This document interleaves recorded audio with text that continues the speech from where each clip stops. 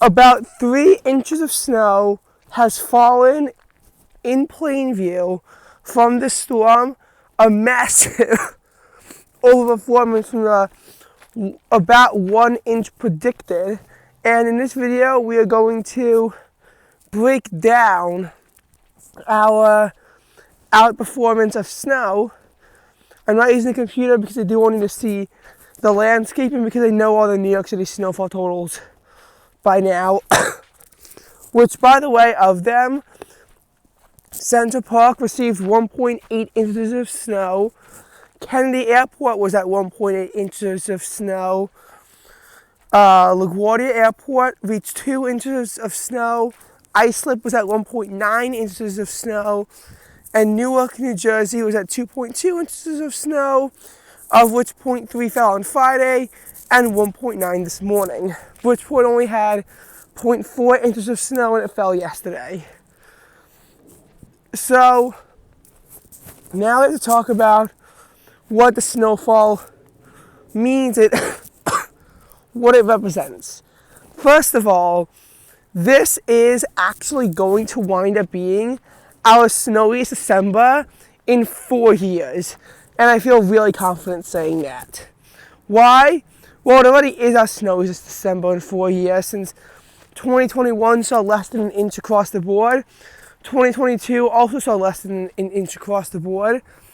Although 2022 just December will be snowier than 2024 at Bridgeport.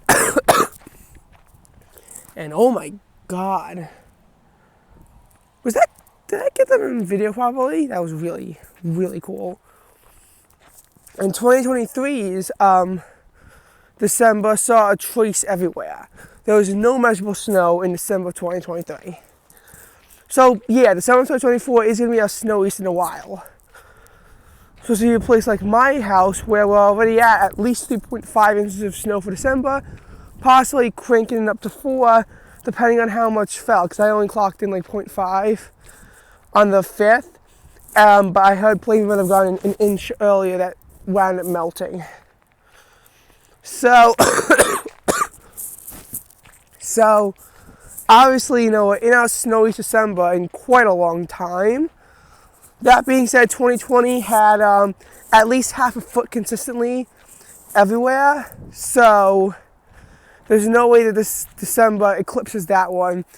There is, again, another chance of snow on Christmas Eve, and depending on if there's snow already in place, that could, be a huge determiner of how much additional accumulation we get, but it's not going to be anything spectacular. At least we don't think it will be. So I'm going to first compare this to a few other recent storms, find an accurate comparison for it, and then we're going to talk about how the system is going to play a role in making this December even colder than it already is. And also, I'm going to finally mention how this December, even though we couldn't get an average December snowfall, how we could still capitalize to some degree on the cold. So, first of all, from the perspective of, from the perspective of the fact that it was on the first day of a big school break for me, this does sort of remind me of February 17th. Plus the nature of how both storms overperformed and weren't really supposed to give much snow, and they wound up being much more than expected. Granted, February 17th was on a clipper, and this was from a storm off the coast. But, whoa. But they both feel, really similar. Granted, on a personal note, February 17th, I was driving down to Maryland, where, in this storm, I'm going to be staying on Long Island, at least for now. But, from that perspective, it really did feel very similar to December of, to February 17th, I mean, not December, to February 17th, because of the, of the similar nature of the storms. Now, February 17th did see a lot more snow. 2 inches in Central Park, 2.5 at Bridgeport,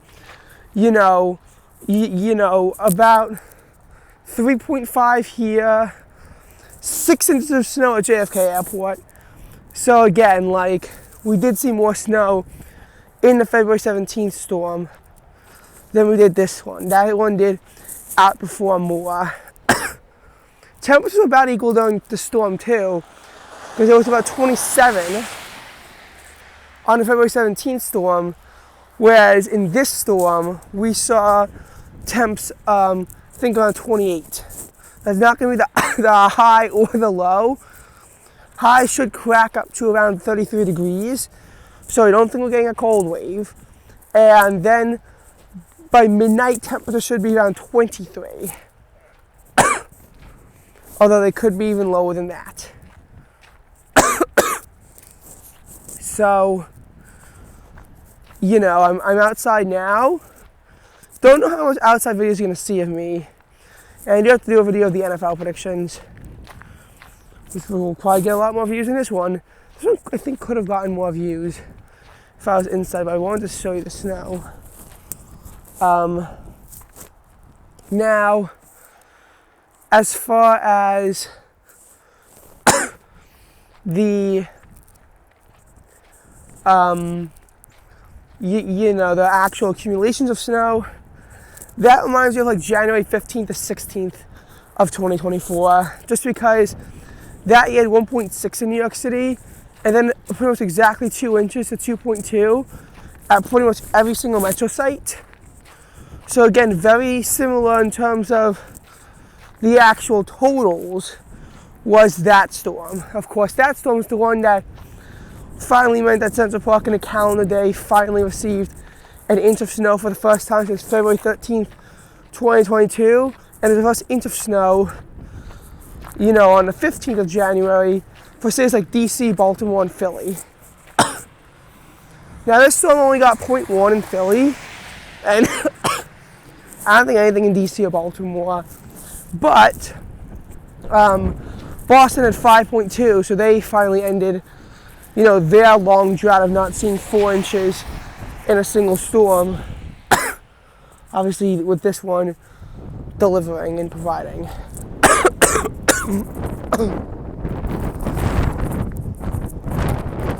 So, obviously, it's going to get very cold.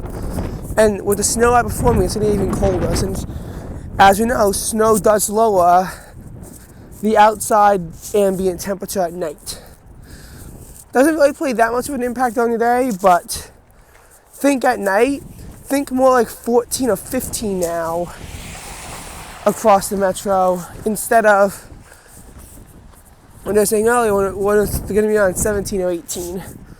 Think around that 14 to 15 range. Remember, it only dropped to 17 degrees last winter, so, and obviously we're going to have 2 days of sub-freezing highs tomorrow and Monday.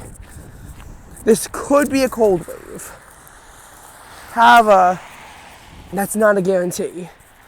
In order for it to be a cold wave, then we would need to see today have a high sub-freezing, since high temperatures are forecast to hit 39 degrees on Tuesday. So again, all eyes on today. Anywhere where it stays at 32 or below for a high, they will hit a cold wave. But if it hits 33, then a cold wave is pretty much off the table.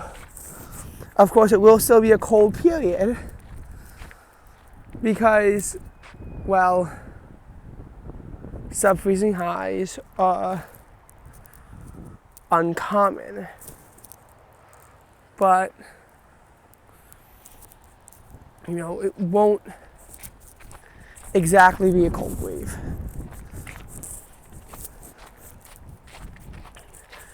And this actually does come in a period that, was a pretty cold December, and And precipitation will be near average too. So I'm actually just going to say how, unlike 2022, I am sort of glad that we could capitalize with some snow everywhere, even if it wasn't, the amount of snow that you would have wanted. Because, you look at December of 2022, it was a below average winter month with above average precipitation, and there wasn't any snow. Why? Because one of the biggest rainstorms of the month, over an inch on December 6th, fell when temperatures were in the 50s. During the cold period, where only 2 days had highs of 44, and almost every other day had a high between 38 and 42, which, again, pretty good recipe for snow if you ask me. Well, that was when the 1.3 inches of rain during the period came down, the one time it actually hit 44. And then, obviously, right before the bitter blast was when 2 inches of rain fell. And when the final bit of rain fell of 2022, temps were back in the 50s. So, you could not have the cold and snow make connections. Obviously, had a very cold period, which did drag it down, but also a very warm period, doing the same thing, bringing it back up. 0.6 below average and over an inch and a half of rain more than normal, yet just a trace of snow. And while some metro sites saw snow, like it was 0.4 at LaGuardia and Islip, 0.1 at Newark, and 0.8 at Bridgeport, again, nothing anywhere near normal. Obviously, this was then amplified by the fact that January went completely silent on the snowfall department. So some sites had to wait until February to see measurable snow. Thankfully this year, we're not going to be dealing with that. And we don't even have to wait until January this year. Now, this December, it looks like it is going to be below average. Considering how it was already a degree below average as of Thursday, I'm sure Friday with it being stuck in the 30s all day is going to drag it down a bit. And then this colder is really going to punch that average down. It will recover because it will be above average at some point with temperatures in the upper 40s to possibly 50 later on this week, although it does get cold right around New Year's. But I still think December will be finishing in the below average column. Only 3 months in 2023 will finish below average. August, September, and December will all be in the below average column. Every other month will be in the above average column. So, it certainly was nice to see that there could be a little bit of capitalizing on the cold with snow. We could have more to come, but I wouldn't hold your breath on it.